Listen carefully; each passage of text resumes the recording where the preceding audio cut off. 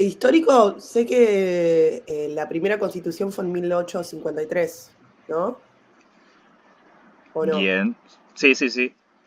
Que Imagínense que desde la cuestión de la independencia del país hasta 1853 hubo muchos vaivenes entre los unitarios y los federales.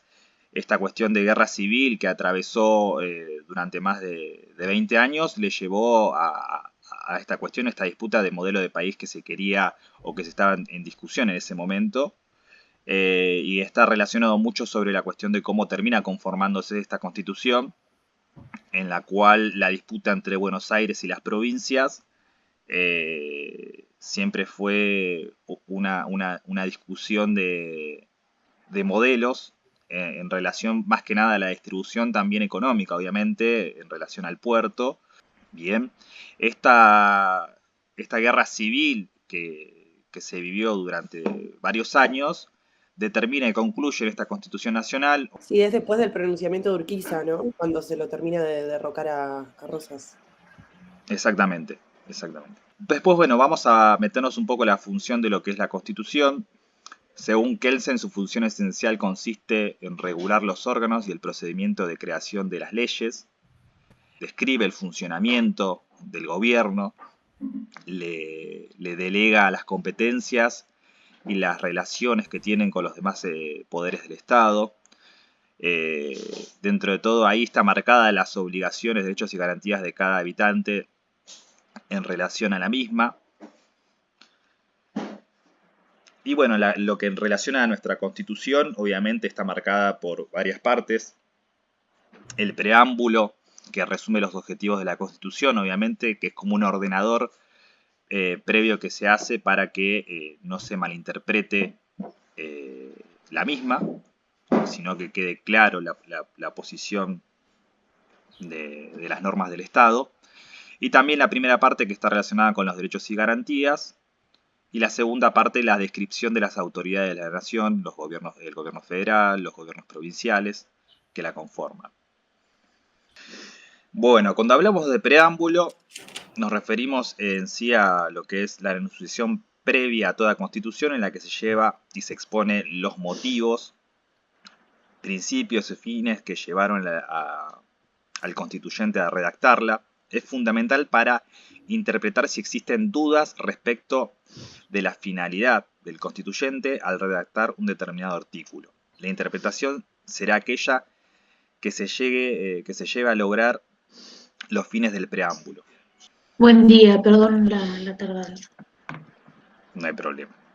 En relación a las partes del preámbulo, obviamente habla sobre la cuestión de los representantes del pueblo de la nación argentina, reunidos en este Congreso Constituyente, habla sobre todo la cuestión de la presentación que se hizo previa en ese año, en 1853, por voluntad y elección de las provincias que la componen, el incumplimiento de pactos preexistentes. eh, eh, Son cuestiones que tienen el preámbulo que habla sobre esta cuestión de origen, de por qué se genera esta constitución. Eh, y para ponerte un poco en tema, Lorenzo, ahí estamos hablando sobre Constitución Nacional. Justo recién lo encaramos, igual estuvimos hablando previamente de la clase anterior, así que entras bastante bien. Pero hablamos sobre el origen de la Constitución Nacional Argentina, en relación a, atravesado obviamente por lo que es la guerra civil entre unitarios y federales, que termina con la creación de la Constitución en el año 1853. Bueno, los propósitos perseguidos en sí de esta constitución, de este preámbulo, habla sobre la cuestión de la conformación de la unidad nacional, afianzar la justicia, consolidar la paz interior, promover a la defensa común, promover bienestar general y asegurar beneficios de la libertad. Todas cuestiones que están muy enmarcadas posterior, obviamente, a la que fue la guerra civil. Para nosotros, nuestra posteridad y para todos los hombres del mundo, que quieren habitar el suelo argentino. Estas cuestiones que parecen marcadas en frases van describiendo de a poco distintos pactos que se va generando en ese año. Bien.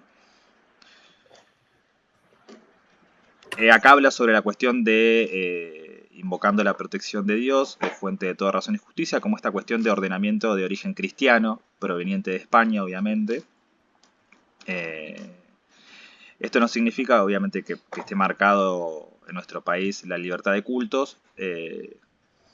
Normalmente igual, si hablamos un poco de los orígenes, los 10 mandamientos y todo lo que tiene que ver con la composición de la religión católica son las primeras leyes, podríamos decir, que se van marcando en lo que sería nuestra mirada de Occidente, digamos, ¿no?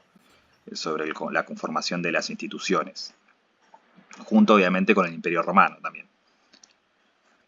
Después tenemos la parte dispositiva, ordenamos y decretamos y establecemos esta Constitución para la Nación.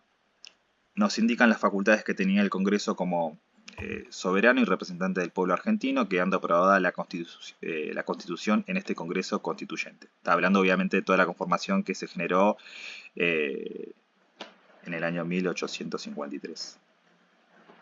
Ya acá nos metemos en la cuestión de las primeras partes, habla sobre la cuestión de las declaraciones, los derechos y las garantías. Las declaraciones tienen que ver con los enunciados que contienen principios fundamentales de la organización del país. Los derechos, facultades que tienen los habitantes y las asociaciones son universales, inalienables, imprescriptibles y ambivalentes. No son absolutos, sino relativos. Deben ser reglamentados. Después las garantías, seguridades que la Constitución le ofrecen al pueblo para que sepan que sus derechos van a ser defendidos por las autoridades y que no van a ser violados, sino tendrá las acciones necesarias para sanarlos. Y después, bueno, hablamos de esta cuestión de gobierno representativo o republicano y federal. Representativo porque el pueblo no gobierna por sí mismo, sino delega esa facultad de gobernanza al que es elegido como representante, en este caso a través del voto. Republicano porque se basa en la división y control y equilibrio en sí entre estos tres poderes,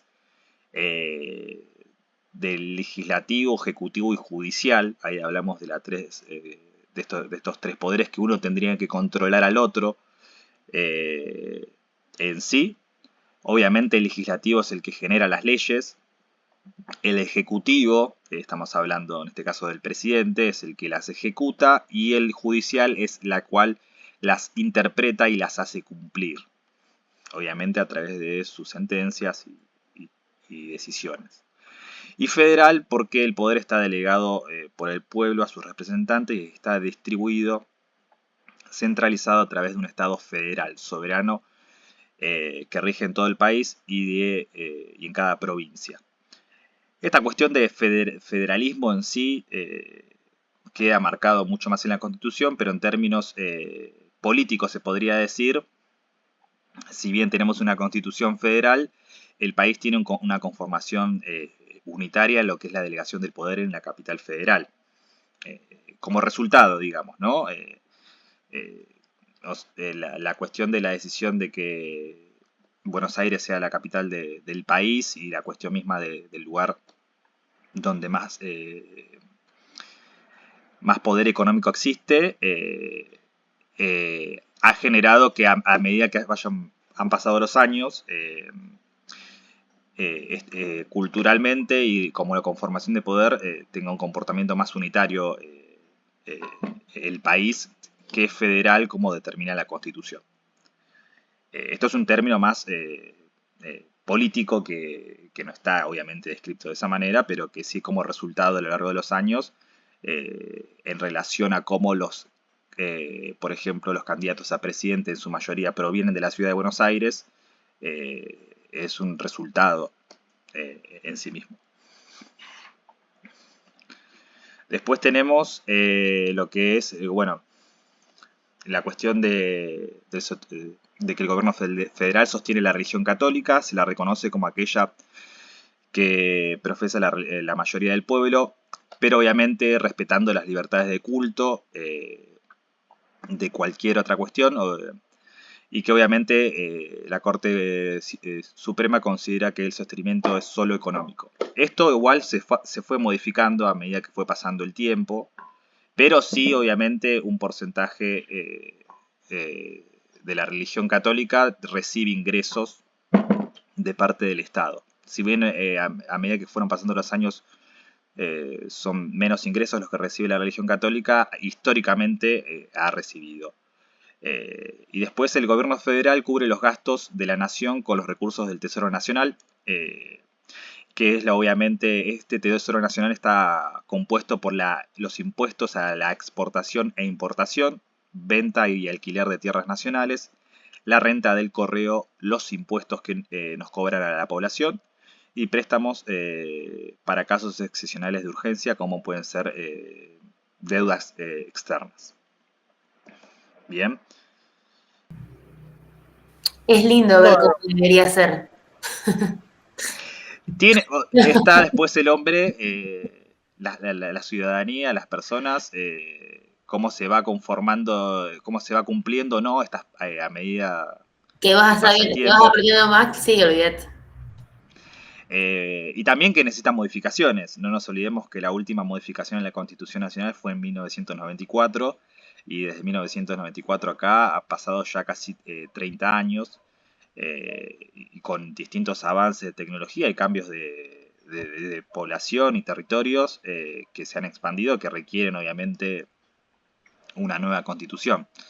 De hecho se habla mucho esta cuestión de las dificultades que tiene Argentina de elecciones cada 2 años, en la cual, esto igual es una opinión personal, se atraviesa momentos económicos en los cuales les afecta en sí la elección política de los gobernantes y que requiere esta modificación porque antes se votaba, si no me equivoco, cada 6 años la presidencia y cada 3 se elegía a los legisladores y con la modificación de 1994 se vota cada 4 con posible reelección en caso de que el presidente actual se candidate.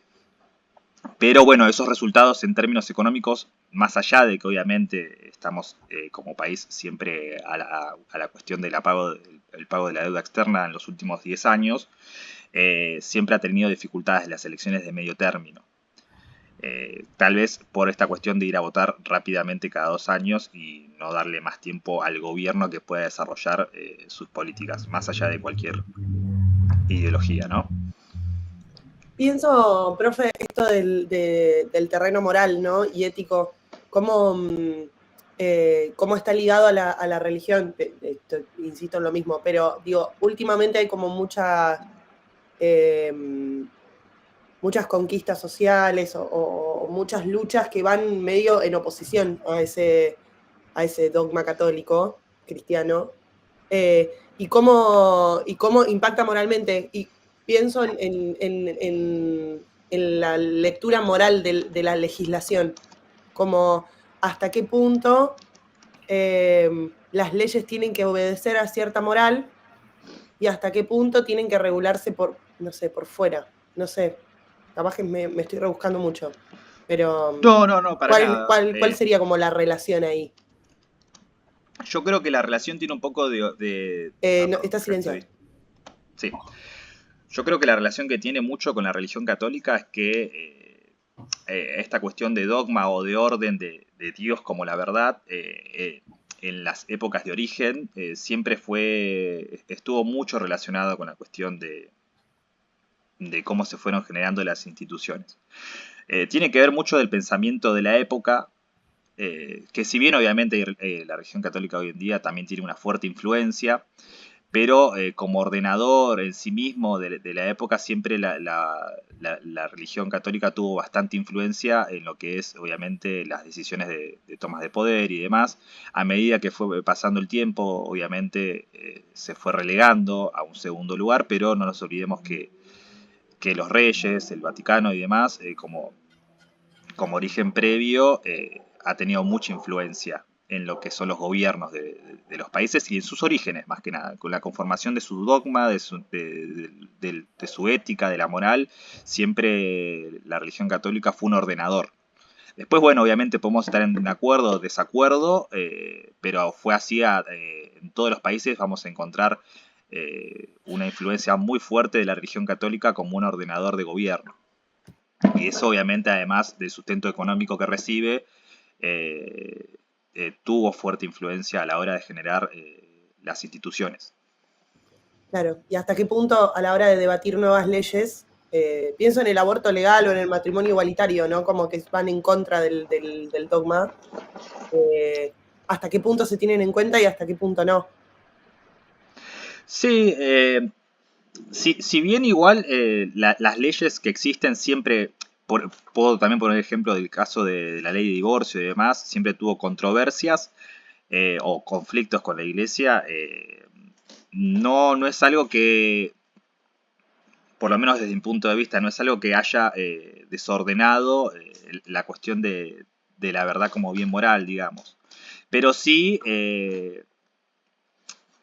ha sido ese cambio a medida que va pasando el tiempo y las décadas y demás, se va modificando. Y mucha gente hoy en día es más crítica de esta cuestión de sostener la religión católica a través de pasarle fondos económicos para el desarrollo de la religión. Y yo creo que eso se va a ir modificando a medida que pasen los años, las influencias. De hecho, son cada vez menores. Por eso también es que se permite esos avances sobre esas distintas leyes que han podido modificarse a lo largo del tiempo y discutirlos también, porque bueno, la ciudadanía ha permitido también dar esas discusiones. ¿Dónde nos habíamos quedado? Acá. Después tenemos obviamente la conformación de las constituciones provinciales. Esto se refiere obviamente que para que el gobierno nacional reconozca una provincia, tiene que estar cumpliendo también con el sistema de orden representativo republicano. Obviamente tiene su propia constitución y también obviamente su propia administración sobre la justicia. Hoy alcanza también a la cuestión lo que es el régimen municipal, la cuestión de proveer la educación primaria gratuita. Esto está modificado porque también se hace cargo las provincias se encargan de la educación secundaria también. La que se delega obviamente a Nación es la universitaria. Pero bueno, a medida que va pasando los años, también se le va delegando más facultades, más poderes a las provincias y también a la capital federal. Pero bueno, en su origen, obviamente, para que un gobierno lo reconozca, tiene que cumplir con los sistemas mismos que el gobierno nacional tiene también. Y obviamente, cada provincia, si bien es autónoma, no puede tomar decisiones que estén por fuera del eje de lo que sería el gobierno nacional. Si bien obviamente toma sus propias decisiones, no tiene soberanía sobre otros temas que le compete al gobierno nacional. Mientras las cuestiones que estén descritas a través del gobierno nacional no contradigan las decisiones de la provincia, está todo bien. Esto significa que obviamente se dicta sus propias instituciones, se organiza, pero sin apartarse del Estado federal. Hay delegaciones que le competen a las provincias y otras que le competen a las naciones. Y eso lo vamos a ir viendo a medida que pase el tiempo. Después tenemos los derechos que los marca la Constitución, esta cuestión de derechos civiles que obviamente existen, la cuestión de derecho a trabajar, el derecho a ejercer toda la industria lícita, la cuestión de derecho a navegar y comerciar, el derecho a peticionar a las autoridades, derecho a entrar y permanecer y transitar y salir del territorio, derecho a publicar ideas por la prensa sin censura previa, derecho a asociarse, derecho a profesar libremente el culto, derecho a enseñar y aprender, derecho a la dignidad, derecho a la vida, derecho de reunión. Todas cuestiones que parecen hoy básicas, pero hay que entender que en el momento que se origina esto no está ordenado en sí que toda esta cuestión está marcada. De hecho, mucho lo vamos a hacer más adelante también con la cuestión de los derechos humanos, cuestiones que vamos a ver que decimos bastante obvias o bastante básicas, pero en el medio pasaron tragedias, como puede ser en relación a nivel mundial, como las distintas guerras mundiales, y en la cuestión más nacional, como las distintas dictaduras. Entonces, obviamente, los avances de los derechos humanos están relacionados muy en relación con la historia que atraviesan los distintos pueblos, desde la cuestión del derecho individual hasta los derechos colectivos. Por eso siempre el origen francés de la Revolución Francesa siempre se amarca sobre la cuestión de la propiedad privada y la libertad del hombre como individuo. Y a medida que pasa el tiempo se va ampliando hacia la comunidad. Bueno, después la cuestión que describe también los derechos sociales, derechos del trabajador en relación de dependencia y condiciones dignas de trabajo, remuneración, duración, vacaciones pagas, asociación sindical, derecho de los gremios, convenios colectivos de trabajo, conciliación y arbitraje y derecho a huelga.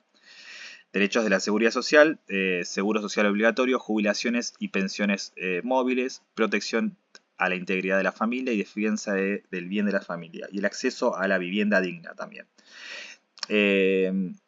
Igualdad ante la ley, todos los habitantes son iguales ante la ley y es admisible en los empleos sin otra condición que la idoneidad, y la igualdad es la base del impuesto y las cargas públicas. Cuando nos referimos en sí que el Estado debe comprometerse en sí a los derechos que están descritos acá, obviamente debe trabajar para que eso se concrete en sí. No es que porque uno no le puede hacer un juicio al Estado, obviamente, por no haber tenido acceso a una vivienda digna, pero sí de haber generado las políticas necesarias para que el objetivo de vivienda digna se cumpla. ¿Se entiende? ¿Cómo? Perdón. Para que se puedan reinsertar en la sociedad. Exactamente. Después, obviamente, está la realidad de cuánto financiamiento tiene mismo las cárceles, o toda la cuestión misma que más o menos vamos conociendo.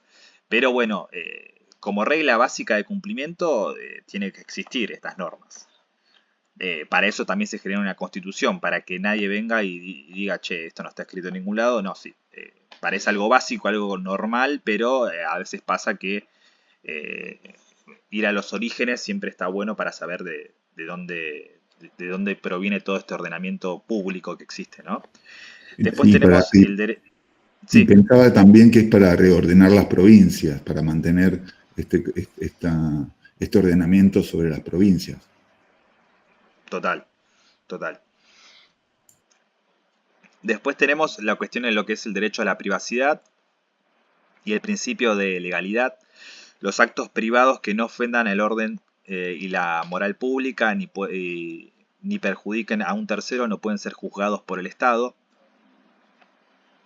Nadie puede ser obligado a hacer lo que no manda la ley, ni privado de lo que ella no prohíbe. Esto siempre hay que tenerlo en cuenta. Lo que la ley no prohíbe está permitido. Eso es algo que lo pueden tener bastante en cuenta en relación a qué libertades o no libertades hay sobre las acciones que nosotros tomamos como ciudadanos. Toda cuestión de que la ley no describa cierta acción como prohibida es porque obviamente está permitida. No sé si se entendió. Sí. Ya después, bueno, está el tema moral y ético, ¿no? Pero si la ley no lo prohíbe, está permitido, digamos. Exactamente. Ya la cuestión moral y ética es algo también que va cambiando a medida que pasa el tiempo. Esto es algo que tiene que ver con la construcción de sentido. Por eso la ley es tan importante en ese sentido como un ordenador social, porque la moral y la ética pueden ir cambiando y modificando, y pueden hacer también que esa moral y ética genere nuevas leyes. Pongo el ejemplo que decía, creo que Cami, en relación a la cuestión de la legalización del aborto.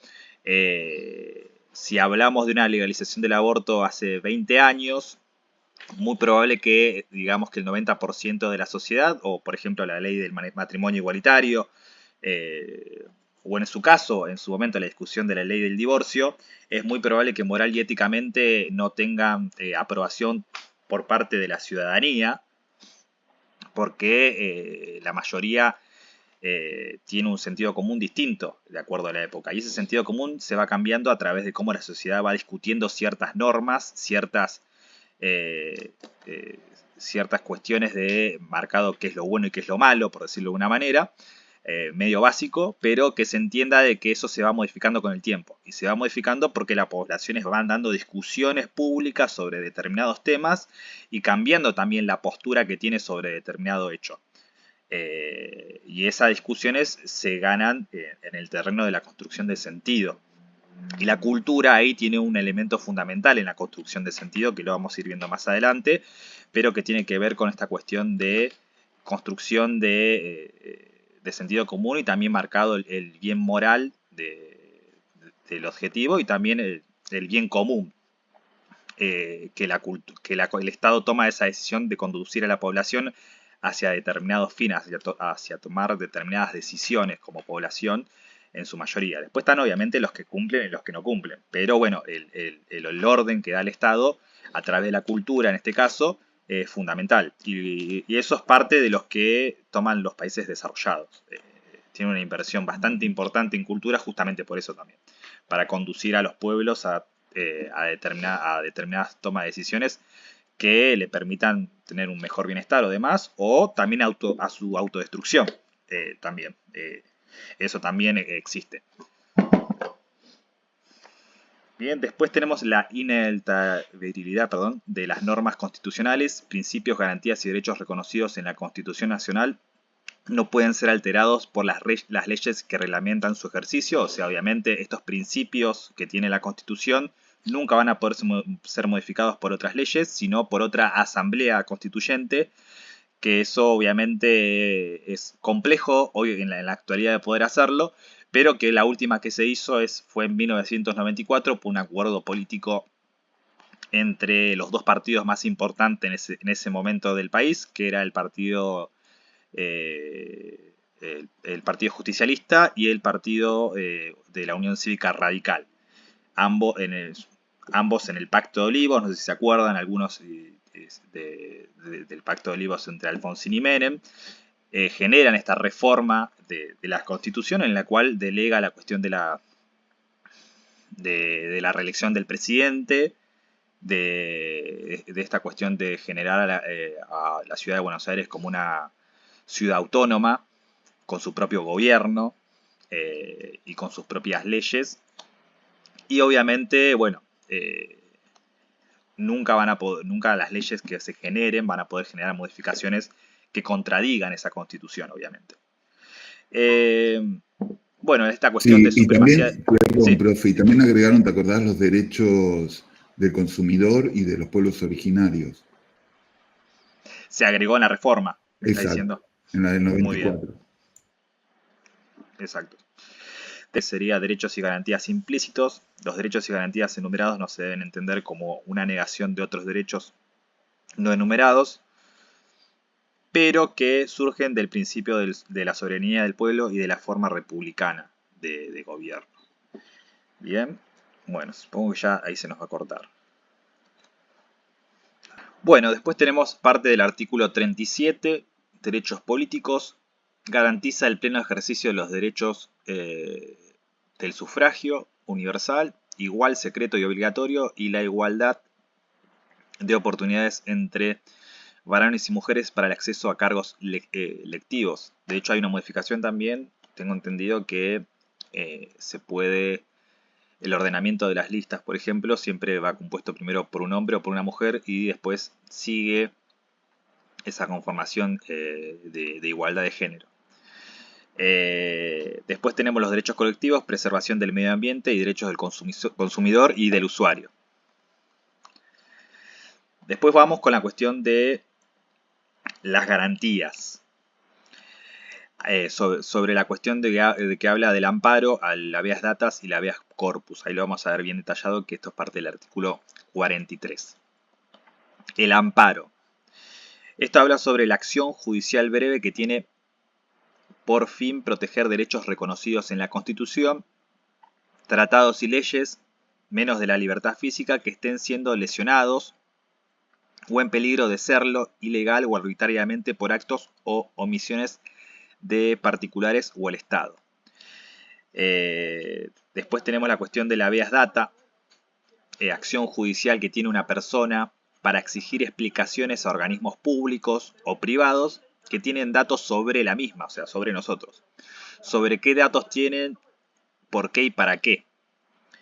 Y el habeas corpus, derecho a todo ciudadano detenido o preso a comparecer inmediatamente y públicamente ante un juez competente para que éste resuelva si su arresto fue legal o no y si debe retirarse o mantenerse. Estas son las garantías en sí mismo que da la Constitución Nacional para, en caso de tener algún conflicto personal o judicial, obviamente, la Constitución prevé estas garantías para que se pueda accionar, la persona pueda accionar y pueda respaldarse a través de las mismas. ¿Se entendió más o menos? ¿O tienen alguna duda? ¿Qué interpretan por la cuestión del amparo?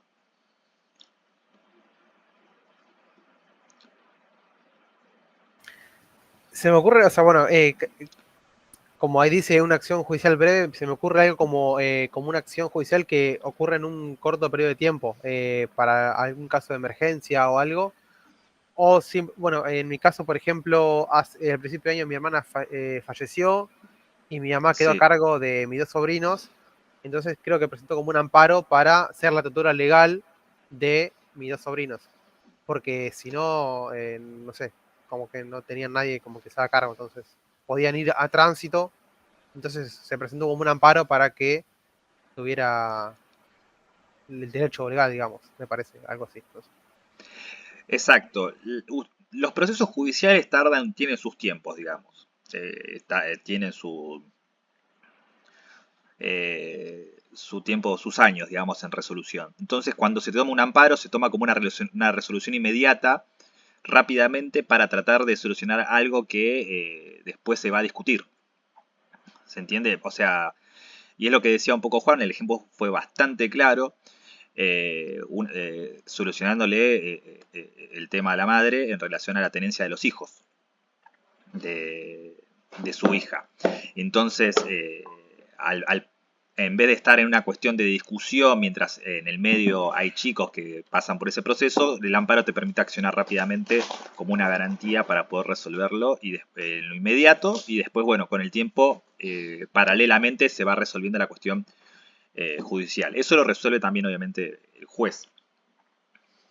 Y por habeas data, ¿qué se entiende? Vos sabés que estaba pensando, el otro día leí una noticia que no me acuerdo quién fue que como que exigió un habeas data a Facebook o a Meta, ¿no? Sobre la data que tenían no me acuerdo si era una persona o no me acuerdo. Parece que estoy tirando fruta, pero no. no. Existe. Sí. Puede ser como... Ay, estoy retardada, parece que hay una foto mía toda tildada. No, puede ser que, por ejemplo, yo al principio de año tuve un accidente y en la comisaría fue a pedir registro de las cámaras. Puede ser que también sea algo de eso, que vos pedís a una institución. Sí, en caso si la persona exige, obviamente, esta cuestión de las cámaras, en este caso, o cualquier otro tipo de información que esté ella como interpelada o protagonizada, se puede pedir, obviamente, para resolver determinadas circunstancias. Y eso sería como... Obviamente tiene que estar justificado el pedido, pero siempre se puede pedir, obviamente uno lo puede entrever, obviamente, por eso también obviamente es una acción judicial. Y también obviamente sobre bases de datos de cualquier tipo también. O por ejemplo en el caso de si Facebook, por ejemplo, quiere dar datos sobre conversaciones y sobre un menor en este caso, y los padres lo solicitan, también lo pueden dar para resolver ciertas cuestiones judiciales o cuestiones mismas de información sobre compras o determinados usos de cuestiones económicas, por ejemplo, o documentación que le interfiere personalmente, sea a un organismo público, como puede ser el Estado, o a un privado también. Entonces, la legitimidad, por ejemplo, en el caso de pedir las cámaras, siempre que sea una acción judicial justificada, con razones claras, se puede pedir. Si uno lo pide por pedir, seguramente va a ser un poco más complicado. Bien, y el habeas corpus, ¿qué lo entienden? ¿A qué entienden por el habeas corpus? Cuando una detención está medio ambigua. Ocurre justamente ayer metieron preso al del Ángulo TV, creo que es un chico que pirateaba los partidos de fútbol. Sí. Y el presidente salió, yo creo que es algo medio como que, bueno, dentro de toda la ley, por ahí, al estar medio obsoleta la parte de copyright y demás, por ahí, y de derecho intelectual, por ahí digo, presentaron eso, el juez dijo, y mirá, más o menos, entonces como que, bueno, puedes estar detenido o que te liberen, porque por ahí está medio ambiguo eso, no sé si... Y sobre, por ejemplo, los desaparecidos en dictadura, al no aparecer los cuerpos o al no aparecer las personas, ¿se puede apelar un habeas corpus sobre una persona que está desaparecida? Yo tengo entendido que el habeas corpus tiene una finalidad para resolver si estás en cuestión de detenido o preso. Creo que hay otros recursos que se usan en ese caso, por la cuestión de desaparecidos, que van al caso de un juicio, supongo, más largo. Pero yo creo que el habeas corpus también trabaja sobre garantías inmediatas, en relación a que si te detienen en la brevedad, sin una cuestión bastante clara o sin una orden judicial que esté competente a eso, rápidamente te tienen que liberar. Y en caso de que haya una acción judicial sobre la misma, es el juez el cual lo tiene que resolver.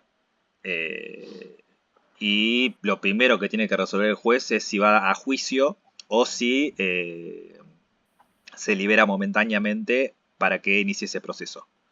Pero tiene que estar claro el arresto. Eso es lo que ¿Entiende? pasó con los periodistas detenidos. ¿Cuándo fue la represión a jubilados? Bueno, Fue, está creo que volviendo a canon, mitad... pero No, creo que fue hace unos meses, sí. sí. Sí. De hecho, justamente el habeas corpus permite eso.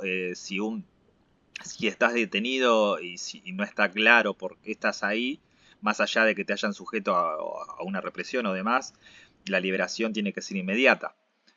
No tiene que pasar mucho tiempo. Porque además eso después se le puede generar también una causa a las personas que llevaron el arresto. Sí, yo tengo entendido, no sé si era así, que en la época de la última dictadura militar, cada vez que un abogado presentaba un habeas corpus buscando a un detenido desaparecido, era como una especie de sentencia de muerte, porque la dictadura lo que hacía era, para negar que lo había detenido, era muy raro que lo pasaran al PEN. Era medio como que los abogados sean reticentes por eso. Claro, bueno, igual en una dictadura estamos hablando de la ausencia del Estado de Derecho, obviamente, y esta cuestión misma no se tiene en cuenta directamente como recurso. Eso también es importante tenerlo en cuenta porque obviamente son otras reglas que son impuestas por la propia autoridad. No hay manera de poder negociarlo ahí. Es más difícil. Después tenemos la división de poderes. Bueno, ya vamos entrando a lo que describe la Constitución como la cuestión de la división de poderes. Tenemos el poder legislativo, conformado obviamente por Cámara de Diputados y Cámara de Senadores, en la cual se elaboran y sancionan las leyes, aprueban o desechan tratados internacionales. Es el proceso, igual, de los tratados internacionales que lo vamos a ver. Es el poder legislativo que los trata, tanto también como la cuestión de decretos presidenciales. O sea, si bien la de los decretos presidenciales son de carácter urgente normalmente,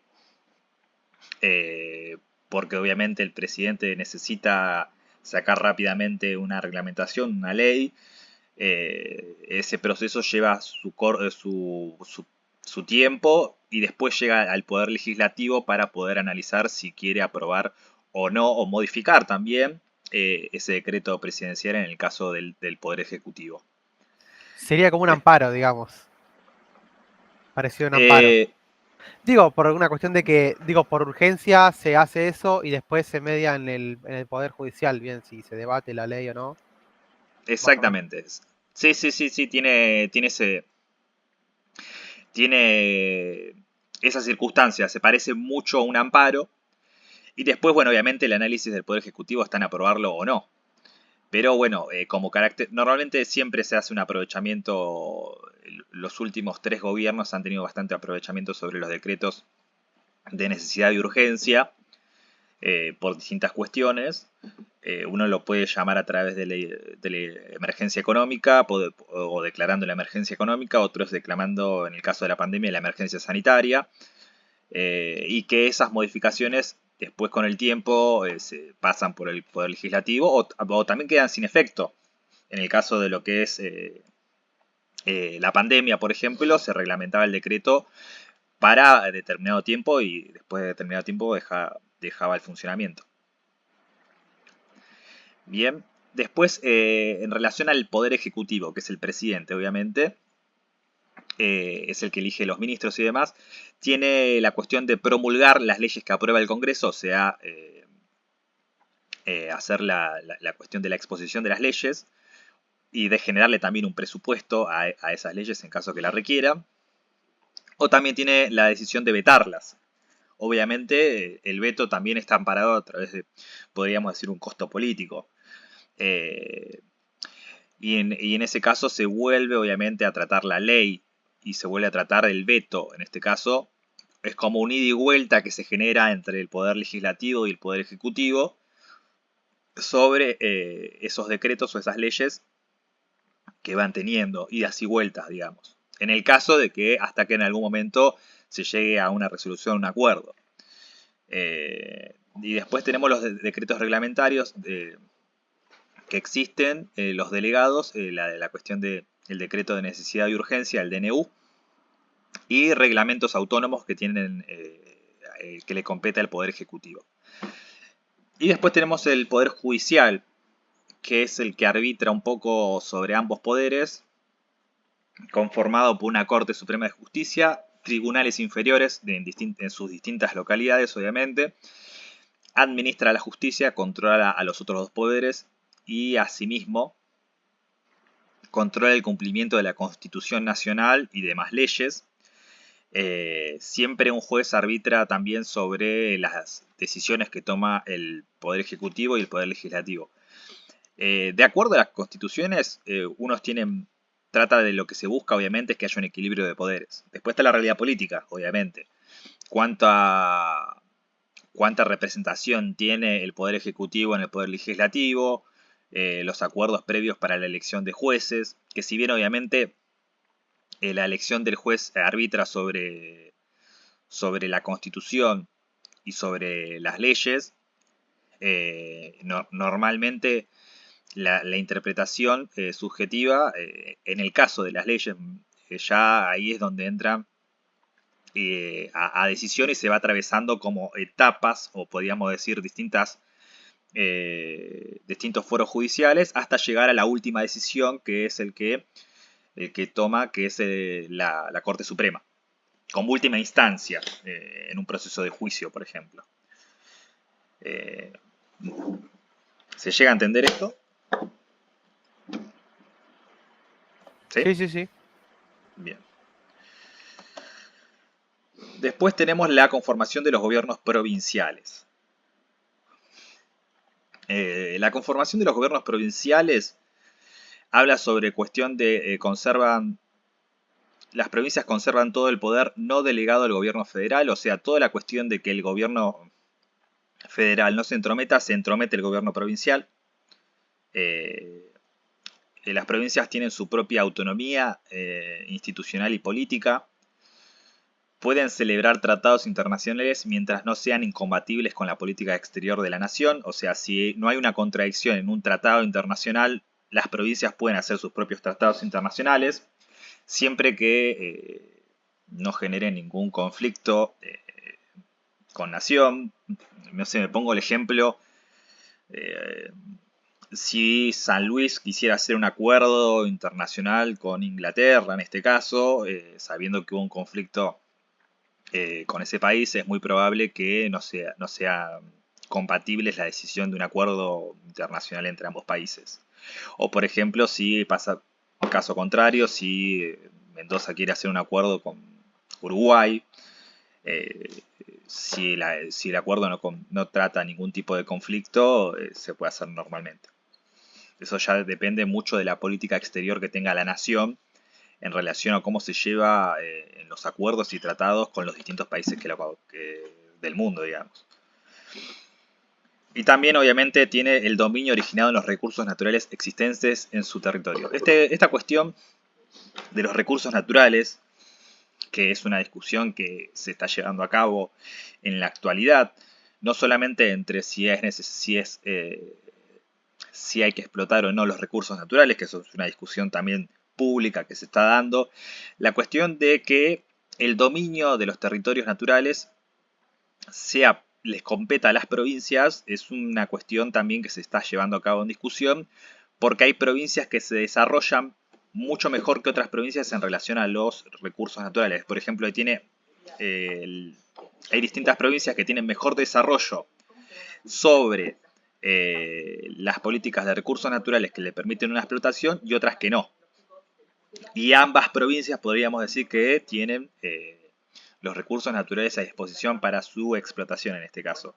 Como por ejemplo puede ser Río Negro en lo que es la explotación de petróleo, o Vaca Muerta en este caso en relación a lo que es la explotación de petróleo. O por ejemplo en Jujuy, por ejemplo, también con la minería. Y otra discusión también que se tuvo a cabo en la provincia de Buenos Aires es sobre el territorio de Mar del Plata en relación a si puede o no explotar los recursos naturales de esa ciudad. Y esa decisión nunca le compete a Nación. Siempre las decisiones las toma el gobernador de las provincias. Bien. Obviamente después está el amparo judicial que puede llevar a cabo, en este caso Mar del Plata, que fue el que llevó a cabo un amparo judicial para que no se explote, obviamente, sobre los recursos de esa ciudad. Y que eso también lo termina resolviendo, haciendo arbitrario el Poder Judicial entre lo que serían los intereses del gobierno de la provincia o en este caso los gobiernos municipales, por ejemplo. Pero bueno, notarán que siempre cuando se habla de recursos naturales la intromisión de Nación es casi nula. Bien, y después lo que también establece la Constitución es la autonomía de la Ciudad de Buenos Aires en la última modificación del año 1994, en la cual Profe, perdón. Sí. En lo que dijiste ahí casi nula, cuando en Nación que creo que estabas hablando, el dominio originario de los recursos naturales existentes en su territorio, que las provincias tienen ese dominio de sus recursos naturales. ¿Nación no tiene dominio? Sí, una parte sí. No. Por la cuestión de cómo está conformada la Constitución, justamente es una discusión política que se lleva a cabo de que mucha gente no está de acuerdo que los recursos naturales queden solamente en dominio de las provincias, de los gobiernos provinciales. Justamente por esta cuestión hay lugares donde se permiten desarrollos de inversión sobre esos recursos y otros no. Eso ya va en base a la relación primero de si el gobierno provincial pueda generar esa explotación y también el acuerdo con la sociedad, con la población de esa provincia. Y entonces una consulta, que capaz que nada que ver. Cuando se hacen tratados por diferentes tierras, que tienen materias primas que son de una provincia. Ahí la provincia no puede ejercer como, no sé, alguna denuncia contra ese tratado, porque le pertenecería a esa provincia. Si esto La no de- tiene, si Nación por esto no cla- tiene dominio. claro, la decisión le compete en sí a las provincias. En relación a los recursos naturales, igual. No sé si estamos hablando de en relación al territorio mismo, No, o sea, sino. sí, pero no, porque digo, capaz que la venta de algún territorio que tiene algún recurso natural, entonces como que también lo compete a la provincia. La provincia. Sí, le compete a provincia en el caso del recurso y el territorio le compete caso a nación. Son Ah, ahí como las está. dos partes. O sea, Ok. la Entonces, tierra no se la tiene en cuenta como parte del recurso natural. Los recursos naturales están llevados a cabo por lo que sería el petróleo, la minería, todo lo que tiene que ver con energía eólica, por ejemplo. Lo lleva a cabo el desarrollo de esas políticas lo lleva a cabo las provincias. O por omisión o por aprobación. Eh, supongamos que, sí, o por gas también, ¿no? ejemplo, Obviamente. el gobierno nacional decide vender las salinas grandes de Jujuy. Y la provincia reclama el litio de ahí. ¿Puede haber cierto conflicto? Sí, sí, sí. De hecho, igual siempre hay amparos judiciales, como que hay una cuestión misma que en el caso de justo de las Salinas de Jujuy, sabiendo que también tienes un patrimonio histórico y demás, es muy Claro. probable que no tenga llegada a tener esa finalidad. Pero en el caso, supongamos, que ocurriese, si había un conflicto de intereses, que después eso, bueno, el gobierno provincial y el gobierno nacional se tendrán que amparar en el Poder Judicial para generar una resolución. Bien. Pero normalmente se habla de los recursos naturales que